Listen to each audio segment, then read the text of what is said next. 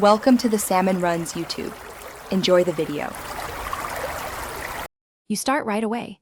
Make sure you're signed into an administrator account and close important apps so nothing is lost. Open Task Manager, select Windows Explorer and hit Restart to refresh the shell.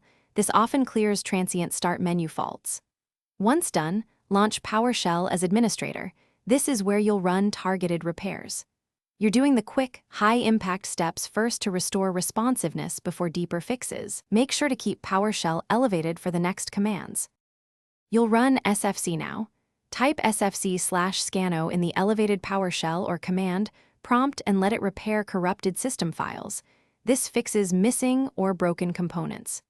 If SFC reports issues it can't fix, run dism/online/cleanupimage/restore health next to pull good files from Windows Update. Once those complete, re-register Start Menu Packages with the getapp xpackage pipeline command. This reinstalls the Start app for your user. These steps repair underlying corruption that causes the critical error. You finish by testing and isolating.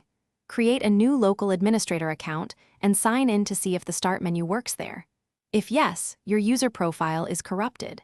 If problems persist, reset Windows apps through settings or run an in-place upgrade repair from installation media to preserve files.